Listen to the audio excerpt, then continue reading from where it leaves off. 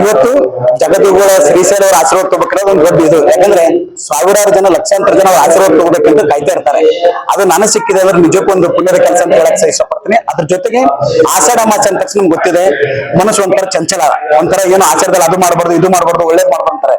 But ಇವತ್ತು ಎಲ್ಲ ಜನನು ಒಳ್ಳೇದ್ ಮಾಡ್ಬೋದು ಅಂತ ಹೇಳಿ ಇವತ್ತು ಶ್ರೀಶೈಲ ಜಗದ್ಗುರುಗಳು ನಮ್ಗೆಲ್ಲರಿಗೂ ಹೇಳ್ಕೊಡ್ತಾ ಇದಾರೆ. ಇವತ್ತು ಪ್ರವಚನ ಮಾಡ್ತಾ ಇದಾರೆ. ಆ ಕಾರ್ಯಕ್ರಮದಲ್ಲಿ ನಾನು ಭಾಗವಹಿಸ್ತೀನಿ. ನನ್ನ ಆತ್ಮೀಯರಾದಂತ ನಮ್ಮ ಸೋಮಶೇಖರ್ ಅವರು ಇದ್ದಾರೆ. ಹಾಗಾಗಿ ಬೇರೆ ಬೇರೆ ಗೆಟ್ಗಳು ಇದ್ದಾರೆ. ನಿಜಕ್ಕೂ ಒಂದು ಒಳ್ಳೆ ದಿನ ಅಂತ ಹೇಳಿದ್ರೆ ತಪ್ಪಾಗಲ್ಲ.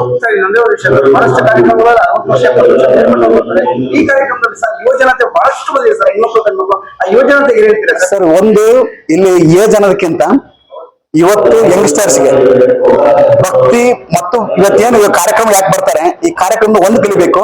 ನಮ್ಮ ತಂದೆ ತಾಯಿಗಳನ್ನ ಹೇಗೆ ನೋಡ್ಕೋಬೇಕು, ನಮ್ಮ ತಂದೆ ತಾಯಿಗಳು, ಯಾಕಂದ್ರೆ ನಾವೆಲ್ಲ ಯಂಗ್ಸ್ಟರ್ಸ್ ಇವತ್ತು ಏನಾಗಿದೆ ಬೇರೆ ಬೇರೆ ರೀತಿಯಿಂದ ಎಲ್ಲೋ ಹಾಳಾಗ್ತಾ ಇದ್ದಾರೆ. ಈ ತರ ಒಂದು ಪ್ರವಚನ ಬಂದಾಗ ಅವ್ರಿಗೊಂದು ಬುದ್ಧಿ ಬರುತ್ತೆ, ಅವ್ರಿಗೊಂದು ಒಳ್ಳೇದು ಮಾಡ್ಬೇಕಂತ ಬರುತ್ತೆ. ಹಾಗಾಗಿ ನಾನು ಇಲ್ಲಿ ನೋಡ್ತಕ್ಕಂಥ ಕಾರ್ಯಕ್ರಮದಲ್ಲಿ ತುಂಬಾ ಜನ ಯಂಗ್ಸ್ಟರ್ಸ್ ಇದ್ದಾರೆ. ಮುಂದೆ ಇತರ ಕಾರ್ಯಕ್ರಮ ಬಂದೇ ತಪ್ಪಾಗ್ಬೋದು ಅಂತ ಹೇಳುತ್ತೆ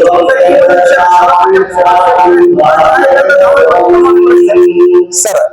ಶಾಲಾ ಪಠ್ಯ ಪುಸ್ತಕಗಳು ಯಾವ ಅದು ಗೌರ್ಮೆಂಟ್ ವಿದ್ಯಾಭ್ಯಾಸದ ಅವ್ರ ಸೇರಿಸಿದ್ರೆ ಒಳ್ಳೇದು, ಅಷ್ಟೇ, ತಪ್ಪಂಗಿಲ್ಲ.